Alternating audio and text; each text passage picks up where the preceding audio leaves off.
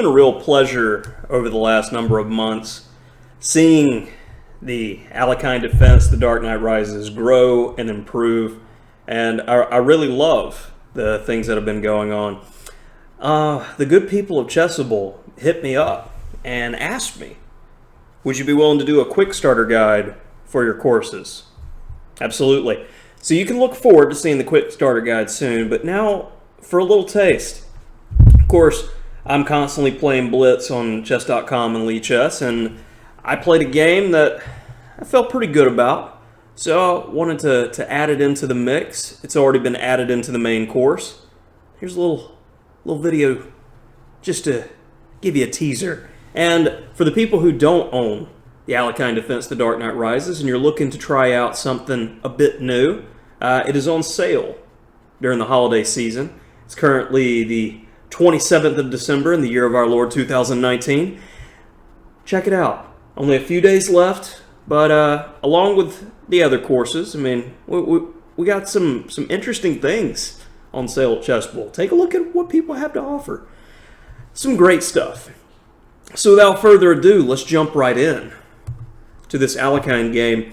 And yet again, as soon as we reach move 3, I mean, it's a conundrum for me because I like both the classical and the anti-classical, what we have in the chapter there. But, I mean, in all honesty, I have trouble choosing. Lately, I've been leaning a little bit more towards this move. I don't know, I'm just feeling solid lately. But then it's kind of ironic because when the exchange is chosen here, solid would definitely be the E takes D6 line that we have recommended, but also with just as much coverage, we have C takes D6. Now, keep in mind that this is a 3-minute game, and being that it's a 3-minute game, I have the philosophy that if you know the complicated lines better, or if you have knowledge of those complicated lines and you can play them quickly, it gives your opponent more chances to go wrong in fast time controls, so you should typically go with a more volatile or aggressive option. Just my personal philosophy. Take it or leave it. So, knight C3, and you know, typically you want to see bishop e3, rook c1, b3. That is the most optimal setup for white. Or if you're going to play this move, knight f3, you need to follow it up immediately with h3 to have a playable position. Typically this move, knight f3, should give the c takes d6 exchange Alekhine player a lot of joy if you see this move, because it can help us get to that ideal position, which is so frequently talked about in the exchange variation chapter and in the previous game before this in the example games. So after bishop g7, my opponent goes h4, and I mean, typically when you see this h-pawn thrust and there's not a knight on f6, it can be kind of menacing, kind of nettlesome, what we're looking to do to our opponents. But here, I don't have that much fear. So I continue, as h3 is so essential to hold that g4 square and, you know, put a lock on our c8 bishop to prevent him from going to a good square. It's really nice to have the opportunity to sink that bishop here, and we're already adding some pressure to that d4 pawn, and it's just kind of annoying. So already after queen d3, you can already get the sense that black is getting some initiative here, and after knight c6, we see that it is complete development for black, and with the h-pawn move and the extra queen move, white's already lagging behind and is worse. So bishop e3 was played in the main game. Let's say if he beats us to the punch and plays d5 himself, well, this c4 pawn is typically an issue in all these variations, and b3 can't really be played because the c3 knight's going to have issues. That's why you have to have that d4, c4, b3 set up earlier. So you clip here, and after knight e5, there's really no good way to continue to hold on to everything here. So that's one line example. And another, after coming back to knight c6, is with h5. Well, we just go knight b4 to give the queen a little tickle. And then we're back to this idea where if g takes, you know, we're still going to apply some slow and steady pressure. And if bishop takes, which the computer recommended, knight takes c4, and the attack continues, and white's still lagging behind. So in the main game, bishop e3 was played, natural enough, but we get our thematic Bane move, d5, and after capture, my opponent decided to go long. Now, if you're a sporting person, this is the time that each move that's made from this point, you should pause the video and try to figure it out yourself. Because remember, the active learning approach when studying games, it's so important to put yourself in the game situation. And we're going to walk through step by step because I believe there's only about 10 more moves or so in this game. And right here, I think the evaluation is somewhere around -6 or so for black. And all it took was a single move, and then we get the ball rolling. So, pause your video if you're playing the home game, but I'm going to continue right on. So in the game, I played rook c8. Now, the engine liked knight cb4 where there was a lot of complicated lines, but I kind of stand by my move with rook c8 because everything's really hanging in the air, and the rook just felt natural to be lined up with the king there. So, points if you got that one. Now, knight g5. This is really, really asking for it here. So, what would you do? All right, had a little bit of time to pause the video. See, me, I had the knee-jerk reaction in the 3-minute game of, I'm going to trade, and then I'm going to get this beautiful knight on b4. Much stronger, though, much stronger, is the immediate knight cb4, where it's completely crushing. The best the engine gives is taking on g4, letting you take the queen.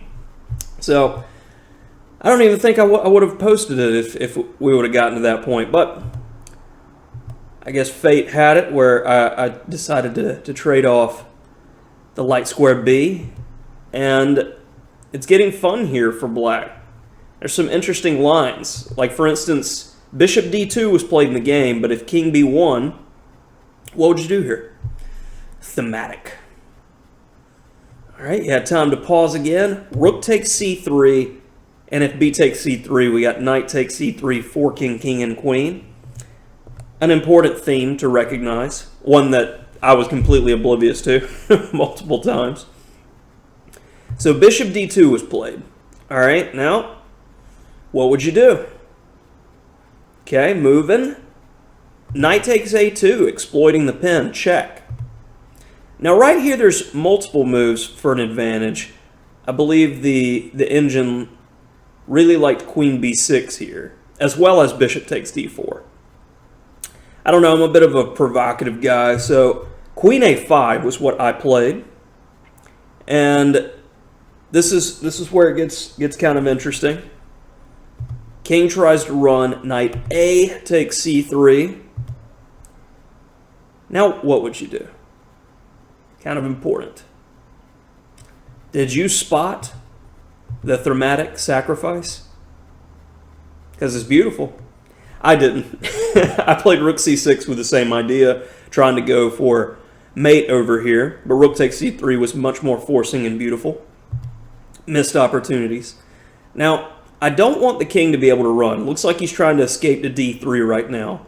So, find the move, knight check, which keeps his king out in the open. Now it gets pretty from here.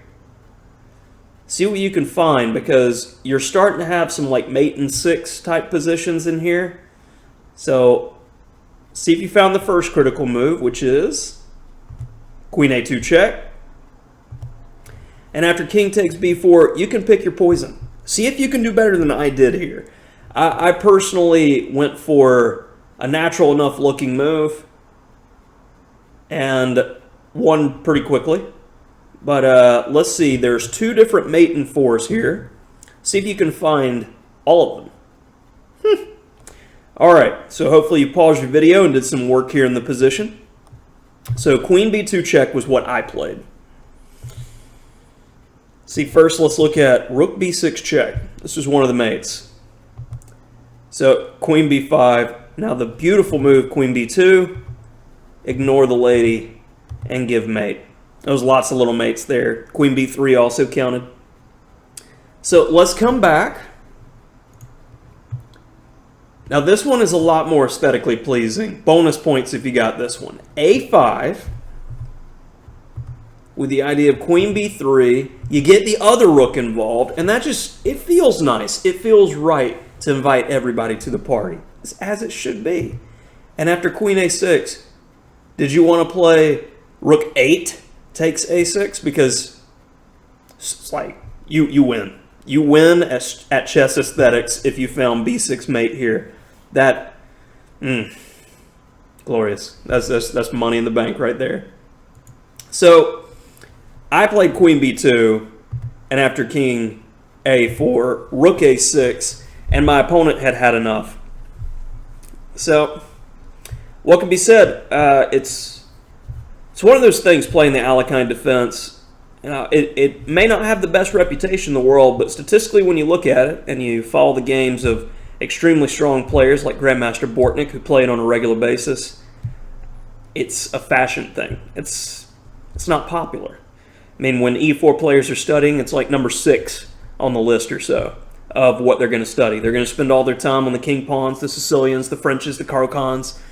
There's a lot to study there before you start getting to the center counter in the Alekhine. Well, surprise your opponent this holiday season. Hit him with the Alekhine.